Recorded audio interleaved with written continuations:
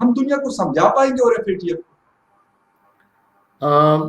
میرے خیال میں کوئی انہوں نے جو کنڈیشنز لگائی تھی اسٹریٹجک ڈیفیشنسیز جس کو کہتے ہیں، شاید اس پہ کوئی 21 یا 14 رہ گئی تھی، اور اس میں بعض انہوں نے یہ لاس کی طرف اشارہ کیا تھا کہ اس کو ذرا بہتر بنائیں، لیکن بات صرف لاس بنانے کی نہیں ہے۔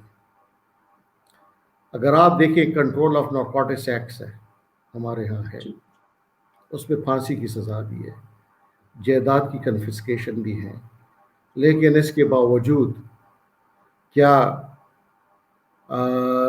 نارکوٹکس کی اسمگلنگ رک گئی ہے؟ کیا اب بھی لوگ سعودی عرب بھی جاتے ہیں، وہاں پر پھانسی کی سزائے سرک قلم کر دیتے ہیں، اس کے باوجود وہ وہاں پر اسمگلنگ ہو رہی ہے؟ اور پشاور میں آپ صرف پشاور کو ایز اے کیس اسٹڈی لے لیں، لنڈی کوتل سے لے کر اس جی ٹی روڈ پر آپ چلیں تو یہاں پر آپ کو قصخانی میں، ڈبگری گارڈن میں، دوسری جگہوں پہ بڑے بڑے پلازاز آپ کو نظر آتے ہیں۔ تو ذرا اس کا آپ ایک انالیٹیکل ویو لیں کہ یہ کون لوگ تھے، ان میں اکثریت، اور یہ بلڈنگز کس نے بنائی، اور ان کے خلاف کیا ایکشنز ہوئے ابھی تک۔ لاس تو تمام ہے، اور اس کے باوجود ٹنوں کے حساب سے یہ ایک کریسنٹ ہے، یہ اسمگلنگ جاری ہے۔ اسی طرح آپ ملاکنڈ کو دیں، ملاکنڈ ٹرائبل، یہ تمام نان کسٹم پیٹ گاڑیاں کہاں کوئی کدھر سے آ جاتی ہے؟ اب تو ہم نے تمام فینسز بھی لا دیے، تو یہ کیسے آ رہی ہے؟ بات ہمارے یہاں المیہ یہ ہے، جو گورننس کی ایشوز ہیں یہاں پر، اور گورننس کی ایشو میں ایک ایفیشنسی آ جاتی ہے، افیکٹونیس آ جاتی ہے، ٹرانسپیرنسی ہے، اکاؤنٹیبلٹی ہے، اور پانچواں جو سب سے اہم جز ہے وہ رول آف لا ہے۔ تو یہاں ہمارے پاس ہر قسم کے قوانین شروع سے ہے، لیکن مسئلہ سب سے بڑا یہ ہے کہ امپلیمنٹیشن نہیں ہے۔ پھر جو ادارے ہیں جو ان کو انفورس کر رہے ہیں، ان کی کیپیسٹیز کے بڑے ایشوز ہیں۔ ایک تو ہم لاز پاس کر دیتے ہیں، نئے لاز ہوتے ہیں، اکثر جو اس کو نافذ کرنے والے ہوتے ہیں ان کو آگاہی نہیں ہوتی، پھر ان کے پاس وہ سکلز نہیں ہوتی۔ یہ اتنے ایڈوانس قسم کی چیزیں ہیں، چاہے وہ ہماری پولیس ہے، کاؤنٹر ٹیررزم ڈپارٹمنٹ ہے، FIA ہے، سب تمام ہے، ان کے پاس بنیادی مسئلہ ان کا کیپیسٹی کا ہے۔ مجھے یاد ہے کہ یہاں پر میں نے آبزرو کیا ہے چوکیات گار میں جہاں پر کرنسی اور ڈیلنگ وغیرہ، جب بھی کوئی بات آتی ہے تو یہ کیا کرتے ہیں، ایک نی جرک قسم کا ریئیکشن ہوتے ہیں، چلے جاتے ہیں، وہاں پر پکڑ دکڑ شروع ہو جاتی ہے، اور پھر جب وہ پوچھا جاتا ہے کیا، تو ان کو پھر 3 MPO میں یہ اریسٹ کر دیتے ہیں۔ وہ ہائی کورٹ میں جا کر ریٹ کر دیتے ہیں، ہائی کورٹ پوچھتے ہیں کہ گراؤنڈز کیا ہے آپ نے ان کو بند کیا، پھر کچھ نہیں ہوتا، وہ ہائی کورٹ چھوڑ دیتی ہے۔ یہ بہت دفعہ اس طرح سے ہوا۔ تو اصل مسئلہ ان کی کیپیسٹی، جس طرح باقی ہماری انویسٹیگیشنز بہتر نہیں ہے، کوالٹی آف انویسٹیگیشن، تو اسی طرح سے یہ بھی بنیادی طور پر انویسٹیگیشنز کا وہ ہے۔ ہاں البتہ آپ نے جو اسٹیک ہولڈرز اور اس کی بات کی، تو اس میں جو بنیادی اپریہنشن تھی اپوزیشن کی کہ یہ قوانین بجائے اس کے کہ جو FATF کے جو ڈیمانڈز ہیں، کنڈیشنز ہیں، اس کو میٹ کرنے کی، جس طرح سے پاکستان کی تاریخ سیاسی رہی ہے کہ پھر اکثر انہی قوانین کو اپنے مخالفین کے خلاف استعمال کرنا شروع کر دیا جاتا ہے، کیونکہ اس کو اب کاگنیزیبل افینس قابل دست اندازی بنا دیا گیا ہے۔ پہلے یہ نان کاگنیزیبل تھا، پھر اس پہ یہ ہے کہ وارنٹ کے بغیر آپ اریسٹ کر سکتے ہو، پھر اس میں دوسرا یہ آ گیا کہ اب شاید FATF نے تو یہ نہیں کہا ہوگا کہ اس میں آپ نیب کو یا دوسرے اداروں کو رول دیں، اس پہ وہ رول دے دیا گیا ہے۔ تو آپ دیکھ رہے ہیں کہ سب سے پہلے کون گیا، شہباز شریف گیا، اور اب شاید ابھی خواجہ آصف کو بھی کوئی نوٹس چلا گیا ہے۔ کہ وہ اپنے اقامہ کے متعلق وہ دے کہ انہوں نے یہ. تو یہ جو خدشات ہیں اور یہ جو ان کی اپریہنشنز ہیں، تو یہ ان کی اپریہنشنز تھی کہ شاید اس قانون کو پھر غلط اس سے ہیومن رائٹس کی وائلیشنز ہوں گی. اس طریقے ڈاکٹر عاصم کا کیس بھی آپ کے سامنے ہے. ایک وقت میں اس کو الزامات کیا تھے اس پر کہ یہ دہشت گردی ہے اور یہ، تو اس کو اس میں پکڑا تھا. بعد میں اس کو اس میں نیب کے کیسز اس پہ بن گئے، کہاں دہشت گردی اور کہاں نیب کرپشن. تو یہاں پر جو ٹرانسپیرنسی کی میں نے بات کی تھی نا کہ شفافیت، تو وہ گورننس میں ایک بنیادی چیز ہے. تو جب شفافیت ہوگی تو لوگوں کا اعتماد اداروں کے اوپر ہوگا. اور اس کو تو یہاں پر اب یہ حکومت کا ایک ٹیسٹ کیس ہے کہ وہ اپنی شفافیت کو کس حد تک برقرار رکھ سکتی ہے تاکہ لوگوں کا جو خدشات ہیں وہ پھر دور ہو جائیں اور وہ عمل سے ثابت کر دیں کہ وہ اس کو اپنے مخالفین کے خلاف نہیں استعمال کر رہے. ٹھیک ہے سر. بالکل وکٹمائزیشن والا جو فیکٹر ہے بہت زیادہ ہے ہمارے ملک میں، بدقسمتی ہمارے، اور شاید اس کی وجہ سے ہم آگے کی طرف موو نہیں ہوتے بلکہ ریورس جا رہے ہوتے ہیں. سر ابھی ڈاکٹر عبداللہ کل ان کا وزٹ ختم ہوا ہے، 3 روزہ دورے پہ پاکستان کے آئے تھے اور کافی بڑا ڈیلیگیشن ان کے ساتھ موجود تھا. سارے ہمارے جتنے بھی وزیر اعظم صاحب ہیں، پریزیڈنٹ، آرمی چیف اور چیئرمین سینٹ، سب سے ملاقاتیں ان کی ہوئی اور سر بڑی پازیٹیو تقاریر بھی کی. حالانکہ ان کے حوالے سے بڑا مشہور تھا کہ وہ شاید پاکستان کے بارے میں کوئی نرم گوشہ نہیں رکھتے یا بہت نیگیٹو ہیں. وہ افغانستان میں جتنے مسائل ہیں اس کا ذمہ دار پاکستان کو سمجھتے. ایک تو یہ کیونکہ آپ کا جو 9 سپتمبر کو آپ نے افغان پیس کے حوالے سے اپنا ایک آرٹیکل لکھا تھا ایکسپریس ٹریبیون میں، تو ابھی کیا اس دورے کے بعد اور اوورال جو سچویشن ہے، مطلب اگر پچھلے 20-25 دنوں کی ہم بات کر لیں تو کیا آپ کو نظر آ رہا ہے افغانستان میں آپ کو پیس پروسیس جو ہے آگے بڑھتا ہوا نظر آ رہا ہے یا مطلب کوئی گڑبڑ ہوئی چیز ہے، کوئی ایسی کوئی کلیئرٹی نہیں؟ جہاں تک عبداللہ صاحب کا تعلق ہے تو انہوں نے اپنی تقریروں میں اور ٹویٹر میں کافی پرامید دکھائی دے رہے ہیں کہ کوئی نہ کوئی حل نکل آئے گا. اور سب سے بڑی جو رکاوٹ تھی وہ یہ تھی کہ افغانستان کے مستقبل میں وہاں کی حکومت کی کیا شیپ ہوگی، سیٹ اپ کیسے ہوگا.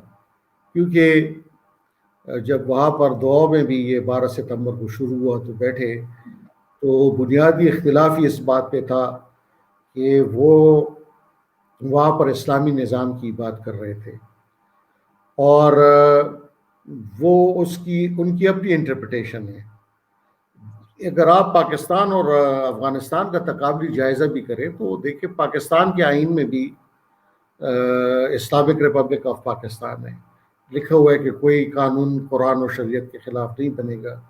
لکھا ہوا ہے کہ جی یہاں پر اسلامک ٹیچنگز ہوں گی، عربک ہوگی، اس کو ترجیح دی جائے گی اور جتنے بھی مسلمان ممالک ہیں ان کے ساتھ اچھے تعلقات رکھے جائیں گے. اور یہاں پر مذہبی جماعتیں بھی ہیں، وہ بھی یہ بات کرتی ہیں کہ جی ہم پاکستان میں اسلامی نظام چاہتے ہیں. لیکن فرق یہ ہے کہ یہاں کی جو ہماری مذہبی جماعتیں ہیں وہ تمام، جس وقت آئین بن رہا تھا تو ان سب نے اس پہ دستخط کیے ہوئے ہیں، وہ ایک متفقہ آئین تھا اور وہ اس پارلیمانی نظام کا حصہ ہیں اور الیکشنز ہوتے ہیں اس میں حصہ لیتے ہیں. اب تک ان کو کوئی اکثریت جتنی بھی الیکشن میں نہیں ملے. ایک دن ہو سکتا ہے کہ ان کو اکثریت بھی مل جائے، وہ پھر اپنے منشور کے مطابق کام کریں گے. تو اسی طرح سے افغانستان کے آئین، موجودہ آئین میں بھی اس کو اسلامک ریپبلک کہا جاتا ہے. اب ایک تو جو جس چیز پہ اتفاق رائے ہو گیا ہے شاید ان کا، جو میں نے، وہ یہ ہے کہ وہاں پر حنفی فقہ اس کی ترویج ہوگی اور وہ نافذ العمل ہوگا. لیکن ساتھ ہی ساتھ جو وہاں پر منورٹیز ہیں، وہاں پر فقہ جعفریہ سے شیعہ بھی وہاں پر ہیں، تو ان کے حقوق کا بھی تحفظ کیا جائے گا. اس حد تک تو انہوں نے آپس پہ ایک انڈرسٹینڈنگ ہو گئی ہے. لیکن ساتھ ہی ساتھ میرے خیال میں آج یا کل وہاں پر ایک چیک پوسٹ پہ، فوجی چیک پوسٹ پہ خودکش حملہ بھی ہوا. تو وہ اب تک طالبان نے سیز فائر کی طرف نہیں گئے، وہ اب بھی وہ وائلنس کر رہے ہیں اور وہ اس کو ایز اے لیوریج استعمال کرنا چاہتے ہیں. جو تاثر یہی ہے کہ وہ اس کو اگر وہ سیز فائر کریں گے تو جو ان کو ٹیبل کے اوپر لیوریج ملے گا شاید وہ کم ہو جائے یا وہ سے ان کی نیگوشیٹنگ جو پاور ہے وہ کم ہو جائے. تو ایک تو یہ ہے. تو جب تک میں نے اس میں یہ بھی کہا کہ اس وقت جو جہاں تک امن کی کنجی ہے تو وہ اب طالبان کے پاس ہے کہ انہوں نے کچھ نہ کچھ دینا ہے. اگر وہ اسی اس پہ اڑے رہے کہ نہیں وہ چونکہ ان سے حکومت چھینی گئی تھی اور وہی لیجٹیمیٹ وہ ہیں اور وہ افغانستان کی جو موجودہ حکومت ہے جو الیکشن کے ذریعے آئی اس کو نہ مانے تو پھر اسے ایک سٹیلمنٹ پیدا ہوگا اور بات امن کی طرف نہیں بڑھے گی. تو طالبان کچھ نہ کچھ اب یہاں پر کچھ گیو اینڈ ٹیک والی بات ہے تو تب بات بنے گی. اگر وہ صرف یہی ہے کہ ایکسکلوسیولی حکومت ان کے ہاتھ میں ہو تو پھر بات آگے نہیں بڑھے گی. اور شاید میرا یہ خیال ہے کہ وہ پھر ٹیکٹیکلی تو وہ باتیں ہوتی رہیں گی اور یہ ڈریگ آن ہوگا کہ نومبر کا الیکشن ہو جائے اور پھر اس کے بعد جو نئی حکومت آئے وہ پھر ایک نئی حکمت عملی کے ساتھ افغانستان کی اس پہ کیا حکمت عملی اپناتی ہے پھر بھی اس وقت پر اس کا دار و مدار وقت پر ہے. ٹھیک ہے سر. اچھا سر، ایک تو افغانستان کے اندر ہندوستان کے رول کو آپ کیسا دیکھتے ہیں؟ کیونکہ مختلف قسم کی پراکسیز بھی چل رہی ہوتی ہے، ایران کی اپنی ہے، رشیا، چائنا، امریکہ، پاکستان، انڈیا، 6-7 ممالک ہے. افغانستان کو ہر کوئی اپنا اپنا مطلب حصہ چاہتا ہے شاید یا اپنا انفلوئنس چاہتا ہے. تو ہندوستان اور ایران کے انفلوئنس کو آپ کیسا دیکھتے ہیں اسپیشلی پیس پروسیس کے حوالے سے اگر ہم بات کرتے ہیں؟ کیونکہ میری ہندوستانی کچھ مطلب جرنلسٹ سے بات ہوتی ہے تو کہتے ہیں یار ہم نے $5 ارب سے اوپر کی انویسٹمنٹ وہاں پہ کی ہوئی تو ہم پیس کو کیوں نہیں چاہیں گے. تو اس کے اوپر کیونکہ آپ کی بڑی گہری نظر ہوتی ہے تو کیسا دیکھتے ہیں ان کو؟ اس وقت جو موجودہ صورتحال ہے تو جہاں تک انڈیا کا تعلق ہے تو اس پیس پروسیس میں جو اس وقت موجودہ حکومت بیٹھی ہوئی ہے شاید میرے خیال میں انڈیا کے علاوہ جو کھل کر سپورٹ یہ پیس پروسیس کے حوالے سے ہے دوسروں کی شاید اس طرح سے نہیں ہے جس طرح انڈیا کی ہے. اور نیچرلی انڈیا کے اپنے مفادات ہیں وہاں پر. جس طرح اب چائنا بھی ایک بڑا ملک ہے تو انڈیا بھی اس ساتھ ہی آبادی کے لحاظ سے ٹیکنالوجی کے لحاظ سے. تو جس طرح چین اپنے مفادات کو یا روس ہے وہاں پر روس کے اپنے مفادات ہیں امریکہ کے اپنے مفادات ہیں تو وہ اپنے مفادات کو آگے لے جانے کی کوشش کرتے. تو اسی طرح انڈیا بھی ایک ملک ہے جو نیچرلی ایک فطری بات ہے جو بھی تھوڑا بہت بین الاقوامی تعلقات عامہ کو سمجھتا ہے تو بنیادی طور پہ تو فارن پالیسی یا انٹرنیشنل ریلیشنز میں وہ تو آپ کی جو نیشنل انٹرسٹ ہے اس کو آگے بڑھانے والی بات ہوتی ہے اور اسی کے لیے آپ کبھی آگے جاتے ہو کبھی پیچھے آتے ہو کہ جو آپ کے ملکی مفادات ہیں وہ کس حد تک آگے جاتے ہیں. تو اس حوالے سے ہمیشہ سے ہندوستان تو وہاں پر سٹیکس رہے ہیں. اسی طرح ان کی اسی لیے ایمبیسیز بھی کافی زیادہ ہیں جنرل کونسل بھی کافی زیادہ ہیں اور نہ صرف ان کے افغانستان میں مفادات ہیں ان کے سینٹرل ایشیا میں ہیں. تو جب سینٹرل ایشیا میں ان کے مفادات ہیں تو نیچرلی وہ افغانستان سے اپنے آپ کو لا تعلق نہیں رکھ سکتا. وہ پھر ہمارے مہارت ہے کہ ہم کیسے اس انفلوئنس کو ظاہر کر سکتے ہیں. اور اس کی جیسے ابھی عبداللہ صاحب یہاں پر آئے اور ابھی میں نے یہ اسپیکر صاحب کے اپنے کیسر صاحب، ارباب شہزاد اور پرویز خٹک صاحب، ان کا انٹرویو پیرزادہ صاحب کے ساتھ دیکھا تو وہ اسے لگ رہا تھا کہ فضا دونوں کے درمیان جو تعلقات ہیں کچھ سازگار ہو رہے، ماحول اچھا بن رہا ہے. اور خود انہوں نے بڑی کھل کر یہ باتیں کی کہ جی ایک وقت وہ تھا کہ ہماری تجارت بین الاقوامی افغانستان کے ساتھ کوئی $2.5 بلین اور اس سے زیادہ تھی، لیکن کشیدہ حالات کی وجہ سے وہ بارڈر پر پیچیدگیوں کی وجہ سے کشیدہ حالات، اس کی وجہ سے وہ 8 بلین پہ آ گئے. لیکن ہم پھر کوشش کر رہے ہیں، جو ہمارے وزراء صاحبان ہیں ان کے مطابق اسپیکر، کہ یہ اب مزید اس کو بارڈر پر اس کو سہل بنایا جائے، میڈیکل ٹورزم کو بہتر کیا جائے، تجارت کو بہتر کیا جائے. تو یہ ایک مثبت قدم ہے. اور اسی طرح سے انہوں نے ابھی جو ہم نے فینسز لگائی تھی تو بہت سی جگہوں پہ ہم نے اس بات کا دیکھے برملا اظہار کیا انہوں نے کہ جی دونوں طرف شدواری بھی رہ رہے ہیں، محمد بھی رہ رہے ہیں، مسعود بھی رہ رہے ہیں، تو ان کی آمد و رفت کو سہل بنانے کے لیے ہم اب اقدامات کر رہے ہیں تاکہ یہ جو دوریاں ہیں، وہ جو بدمزگیاں پیدا ہوئی ہیں، اس کو ظاہر کیا جا سکے. ٹھیک ہے سر، ایک تو افغانستان کے حوالے سے تو بڑی تفصیلی بات ہوئی، لیکن جس طریقے سے ایک تو فاٹا کے حوالے سے، فاٹا کے مستقبل کو آپ کیسا دیکھتے ہیں، کیونکہ اب خیبر پختونخوا کا حصہ ہے، اور اس کے ساتھ پھر میں بلوچستان کا ذکر بھی نہیں بھول سکتا. اس کی وجہ یہ کہ وہاں پہ بھی حالات کبھی بہتر ہوتے ہیں، کبھی پھر خراب ہو جاتے ہیں، اور سی پیک جو جس کو فیوچر آف پاکستان کہا جاتا ہے وہ بھی بلوچستان کے ساتھ جڑا ہوا، اور بلکہ میں کہوں گا فاٹا کے ساتھ اس لیے جڑا ہوا ہے کہ افغانستان کا آپ نے ذکر کیا، پھر سینٹرل ایشین کنٹریز ہیں، پھر اگر یورپ کی طرف ہم کنیکٹیوٹی اپنی کروانا چاہے یا چائنا کروانا چاہے تو وہ رستہ ادھر ہی سے جاتا ہے، یا ویسٹرن روٹ کی ہم بات کرتے ہیں. تو اس دونوں پہ پہلے فاٹا کے اوپر ایک شارٹ سا کمنٹ آپ کا چاہوں گا، اس کے بعد بلوچستان ملیٹنسی کی طرف. میں یہ کہوں گا کہ جو فاٹا تو اب میں نہ کہوں گا، یہ بھی پختونخوا ہے، خیبر پختونخوا کہہ دوں گا. سب ایک ہی کلچر، ایک ہی زبان ہے، ایک ہی مذہب ہے، ایک ہی قومیت ہے. تو اس حوالے سے یہاں پر ایک لہر اٹھی تھی، لوگوں کی خواہشات میں ایک انقلاب تھا، اور وہ اپنے لیے کیا چاہتے تھے، بنیادی حقوق سب سے بڑا جو ان کا وہ تھا، اور خاص کر رائٹ ٹو لائف، اپنے سر کا تحفظ.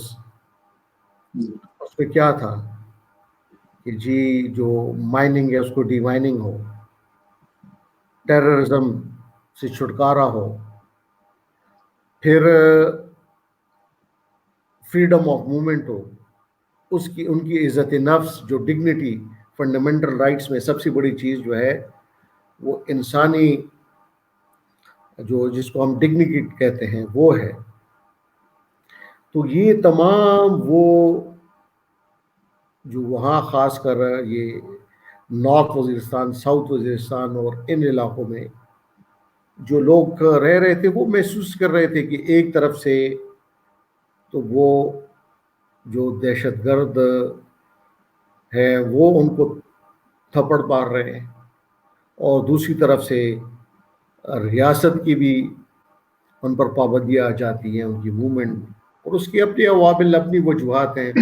ٹیررزم تھا تو چیک پوسٹیں اس وجہ سے لگی ہوئی تھی.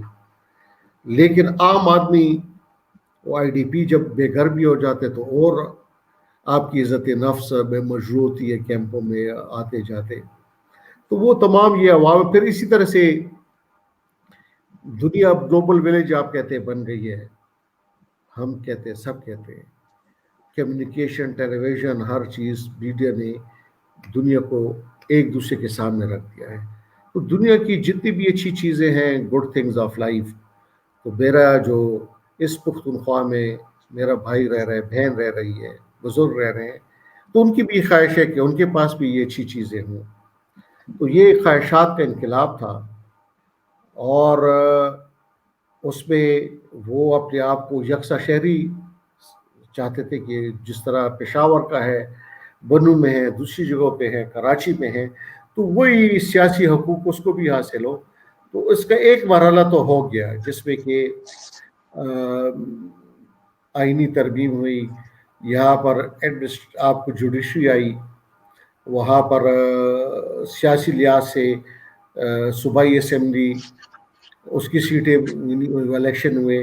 تو یہ دو فیکٹرز تو آپ نے کمپلیٹ کر دیے، لیکن صرف یہ کافی نہیں ہے، کیونکہ اگر آپ لٹریسی ریٹ کے حوالے سے دیکھیں تو ہمارے پورے قبائلی علاقے میں جب پاکستان کے ساتھ اس کا آپ تقابلی جائزہ کرتے ہیں تو کوئی 38% ہماری لٹریسی ریٹ ہے ہمارے پختونخوا کے اس علاقے میں.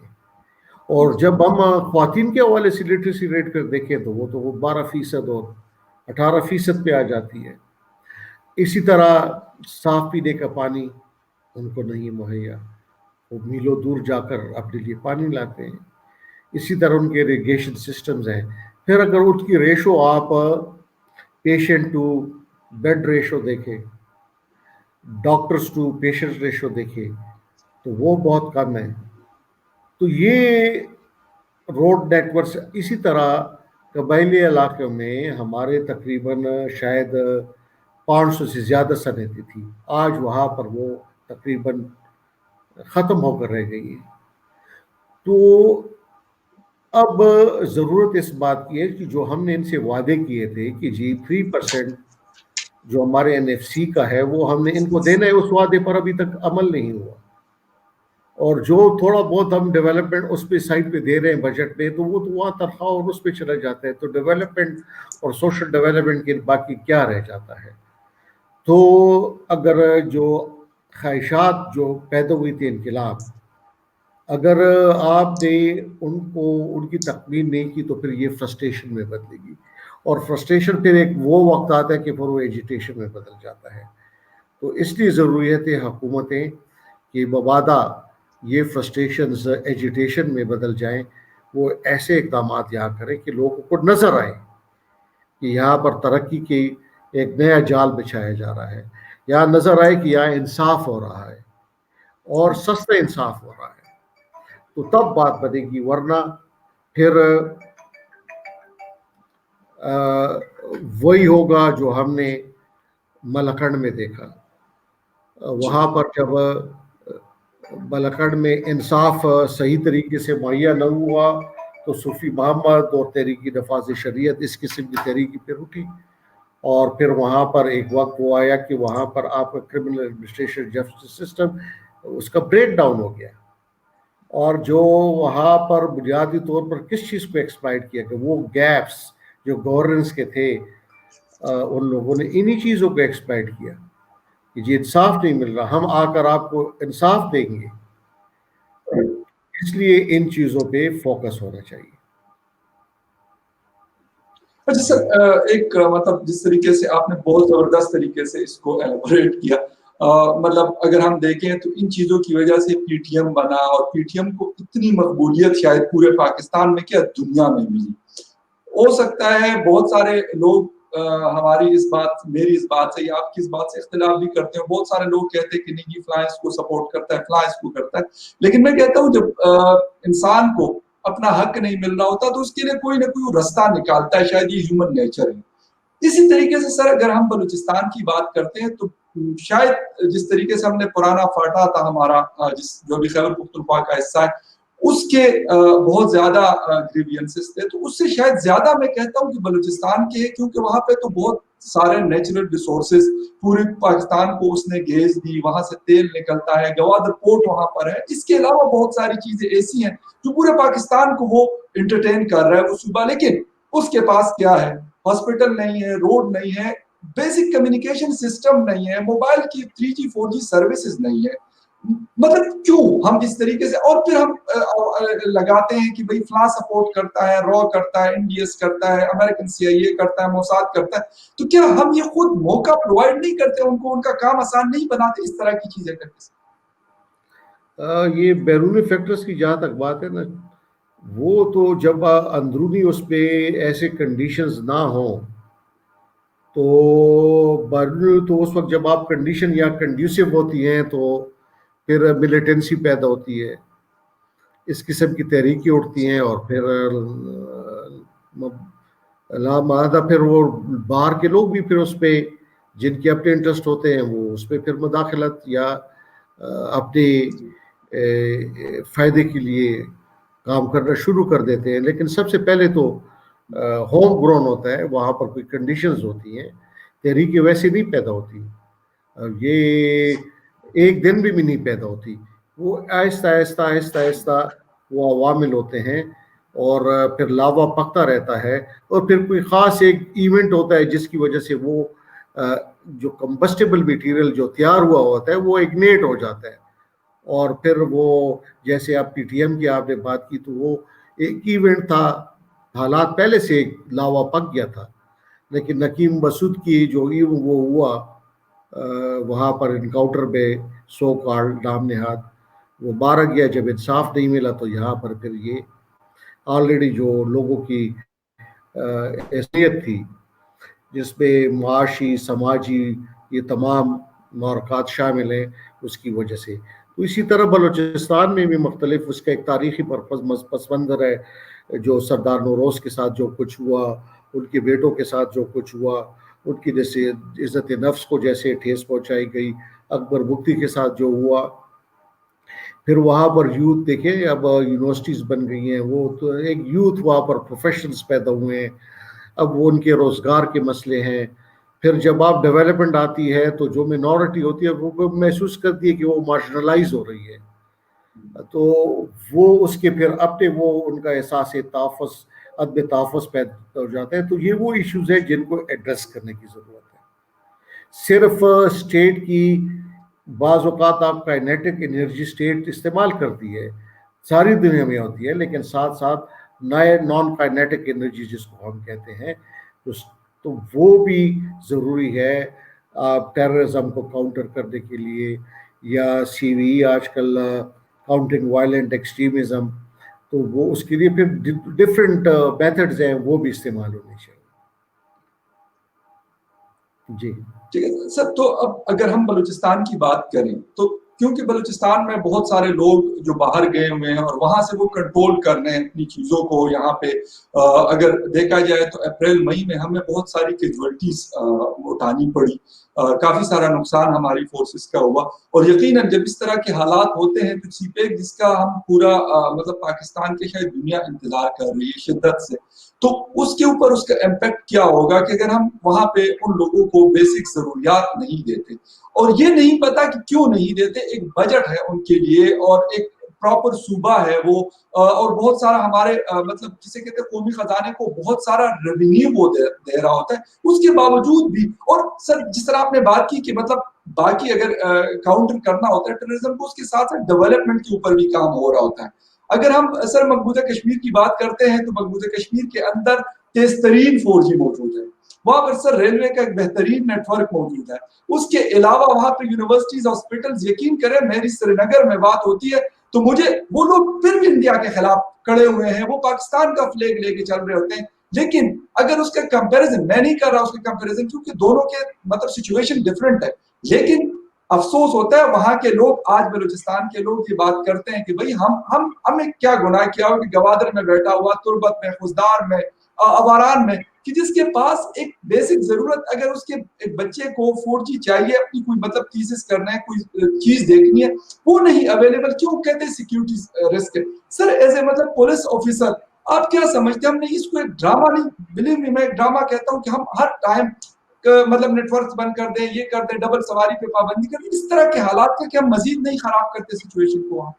میں اس کو یہ لوں گا، اس کے دو پہلو، اس کو دو پرسپیکٹو پہ دیکھیں گے. سر ایک پرسپیکٹو تو اس کا ڈیولپمنٹل جو ہے، روزگار کا، امپلائمنٹ کا ہے. اور بلوچستان کا آپ دیکھ لیں آبادی کتنی ہے، بہت کم. بلوچ خاص کر بلوچ جو آبادی ہے وہ بہت کم ہے. اس میں یوتھ کتنا ہوگا؟ 18 سے لے کر لاکھوں میں ہوگا. جب آپ کمپیئر کریں نا کتنی آبادی ہوگی اس کی، کروڑوں میں تو نہیں ہے.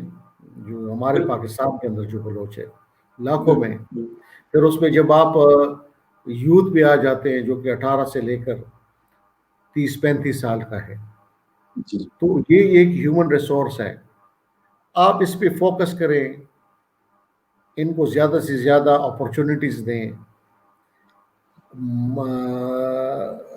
اچھے سے اچھے اسکولز دیں, ان کو یونیورسٹیز دیں, اور پھر جو ڈیولپمنٹ ہو تو وہاں انشور کریں کہ جو مقامی آبادی ہے پہلے ان کو روزگار ملے, تاکہ اس میں یہ نفرت نہ بڑھے کہ یار باہر سے لوگ آ کر ان کے وسائل کے اوپر بیٹھ گئے ہیں یا ان سے انہیں روزگار چھین لیا ہے. یہ تو اس کا ایک یہ پہلو ہے. دوسرا پہلو اس کا سیاسی بھی ہے. آپ سیاست اور معیشت کو بھی نہیں جدا کر سکتے, لیکن جو سینس آف جی پارٹیسپیشن ہے سیاسی, وہ بھی بہت ضروری ہے. وہ آپ یہ تاثر جو بنا ہوا ہے کہ جی وہاں پر جو الیکٹڈ لوگ ہیں جو آ رہے ہیں وہ کوئی مصنوعی طریقے سے آئے ہوئے ہیں, وہ وہاں کے ریل نمائندے نہیں ہیں, وہ ایسے طریقہ کار پیدا کر دیا ہے کہ جو وہاں کے نیشنل لیڈرشپ ہے, جو اصل لیڈرشپ ہے, وہ بیک گراؤنڈ میں چلی گئی ہے, اور ایسے لوگ پراپٹ اپ لوگ جو ہے وہ آگے آ گئے ہیں. تو جب آپ ان کو مین اسٹریم پالیٹکس سے نکالیں گے تو پھر لا محالہ ہم نے مختلف دنیا میں دیکھا پھر وہ لوگ دوسری طرف چلے جاتے ہیں. تو اس لیے ہمیں چاہیے کہ اگر بلوچستان کو جو وہاں پر کنفلکٹ چل رہا ہے اس کو ہم نے مدھم کرنا ہے, اس کو روکنا ہے, تو پھر ہمیں پولیٹیکل مین اسٹریمنگ ان کی جو مین لیڈرشپ ہے ان کو کرانی ہوگی. اگر طالبان جو کہ یو این کے ہٹ لسٹ پہ تھے اور کیا کیا تھے, اگر وہ ہو سکتے ہیں تو وہاں کے لوگ کیوں نہیں ہو سکتے؟ وہ تو ہمارے اپنی آبادی ہے, یہاں کے لوگ ہیں.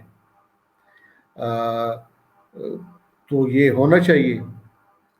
اس طرف جو ہم نے پیکیجز بنائے تھے تو خاص کر جو پولیٹیکل پارٹیسپیشن ہے, جو لوگ کہتے ہیں پہاڑوں پہ چلے گئے, اس چلے گئے, تو ان کے ساتھ بیک چینل پہ باتیں ہو سکتی ہے کہ آپ آئیں, یہ آپ کی زمین ہے, آپ کا ملک ہے, آپ کا صوبہ ہے, آپ کے وسائل ہیں, ہم آپ کو سیاسی میدان میں بھی آپ کو سپیس دیں گے, ہم آپ کو معیشت میں بھی دیں گے, ہم آپ کو روزگار بھی دیں گے, آپ کو ہم کھیل کود ہر چیز میں آپ کی ایکویٹیبل ڈسٹریبیوشن جس کو ہم کہتے ہیں آف ریسورسز ہوگی, تو تب بات بنے گی. بہت شکریہ سید اختر بہت شاہ بہت صاحب, آپ نے ایسے ٹائم دیا, اور ہوپ فلی آپ سے آئندہ بھی سیکھنے کا موقع ملے گا, امید کرتا ہوں, کیونکہ پروگرام بہت لمبا ہو رہا تھا. مجھے آپ کی تھی کیونکہ دن بھر کیونکہ آپ بہت سارے سلام ایکٹیویٹیز ہوتی ہے, میں چاہ رہا تھا کہ کم سے کم بھی نہیں ہونا چاہیے, کیونکہ ویورز بھی ایک خاص اگر لمبا ہو جائے تو وہ بھی پھر بور ہو جاتے ہیں. جی بالکل بالکل, لیکن سر چیزیں بہت زیادہ تھی. آئندہ ہم ایک ایک چیز کو کوشش کریں گے کہ آپ کے ساتھ جب ٹائم ہوگا تو ایک ایک چیز کو ہم ڈسکس کریں گے. آج کیونکہ میں اس میں تھا, گریڈ میں تھا, آپ کہ زیادہ سے زیادہ دوسری چیزیں لے آئے ہو. تو سر آئندہ ہم انشاءاللہ کوشش کریں گے مجھے بھی کہ بڑا مزہ آیا, ون بڑے بائی ون پہلے ایسے پولیٹیکل گفتگو کی, سیاسی گفتگو کی, جس میں ایک کوشش کی کہ کوئی تجزیہ ہم کر سکیں. بہت شکریہ سر.